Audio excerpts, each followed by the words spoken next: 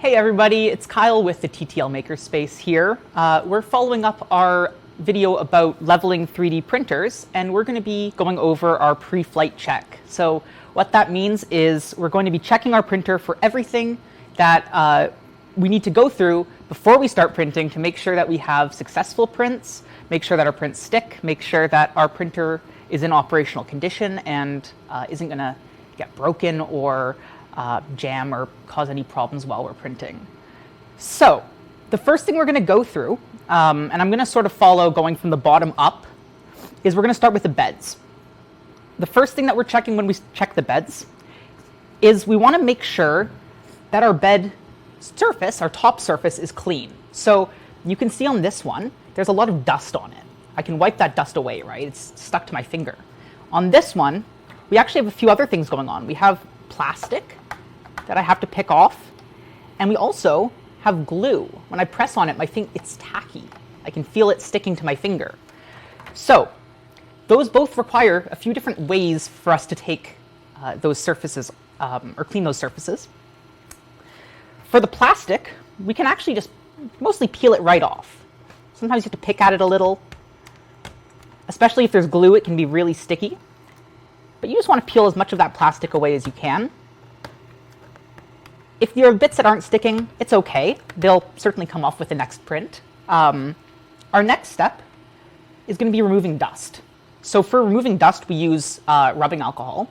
I like to keep it in a container like this where it can't spill. We can flip it all the way upside down and nothing will happen. So I just squirt a little bit onto our bed, grab a piece of paper towel, and all I do, work from the center out. I'm just going to get all of that dust off.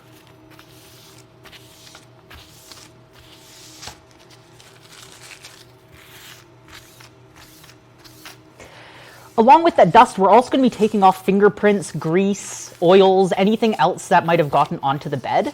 Any organic compounds, anything like that, IPA is going to kill it, and it's going to keep that surface nice and clean.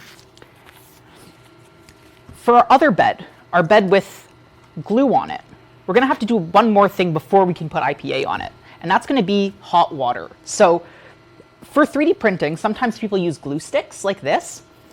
These glue sticks are fantastic. They'll help your print stick. I mean, they'll guarantee your print sticks. Your print can't go anywhere with glue on.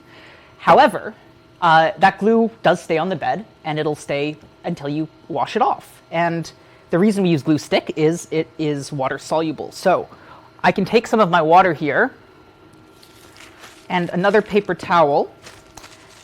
We always want to use hot water because it'll help break that glue up as fast as possible.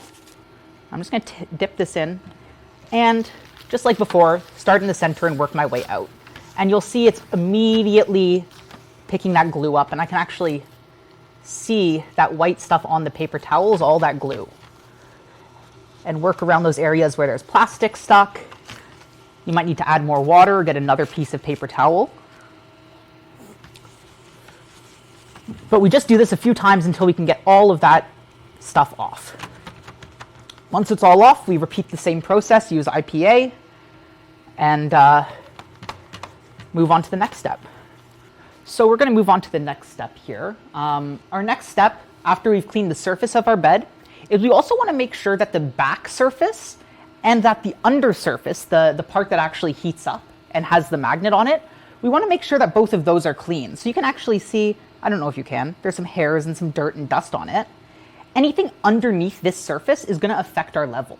Anything that gets in between the bed and the underbed is going to lift this up a little bit, causing it to not quite be level. So we want to make sure those are both nice and clean. Again, same thing, just a little bit of alcohol, paper towel, always clean from the center out, and we're doing this while the printer is cold, not while it's hot. Otherwise, the IPA will evaporate very, very quickly. After our bed's all clean, we can put our top surface back on. It just snaps in place with the magnet there. And we'll move on to cleaning the extruder. Okay, so we're going to be moving on to our next step after cleaning the bed, which is going to be cleaning the nozzle. Our nozzle is the part that's responsible for pushing the plastic out, right? So it's going to be right there, right under the extruder. And it's actually covered by a little silicone sock right now, so we can't see it super well. I'm going to remove that sock, which is going to help us sort of visualize that a little bit. And you can see even that sock is covered in dust, right? And we've just gotten more dust back on our bed, so we're going to have to clean that again. You can actually see, and I'll get Tim to pull in nice and close here, there's our little nozzle there, and there's not too much plastic on it.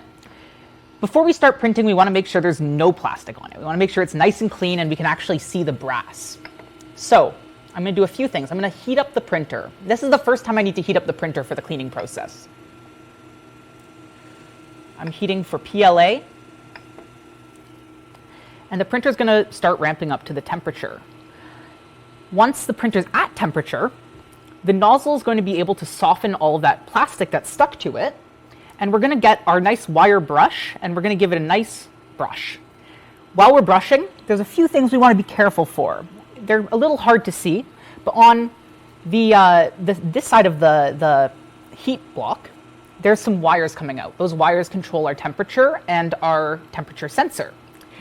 We want to be very careful not to touch those wires with the brush. When we're brushing, we want to keep our brush just on the nozzle, just floating underneath the block.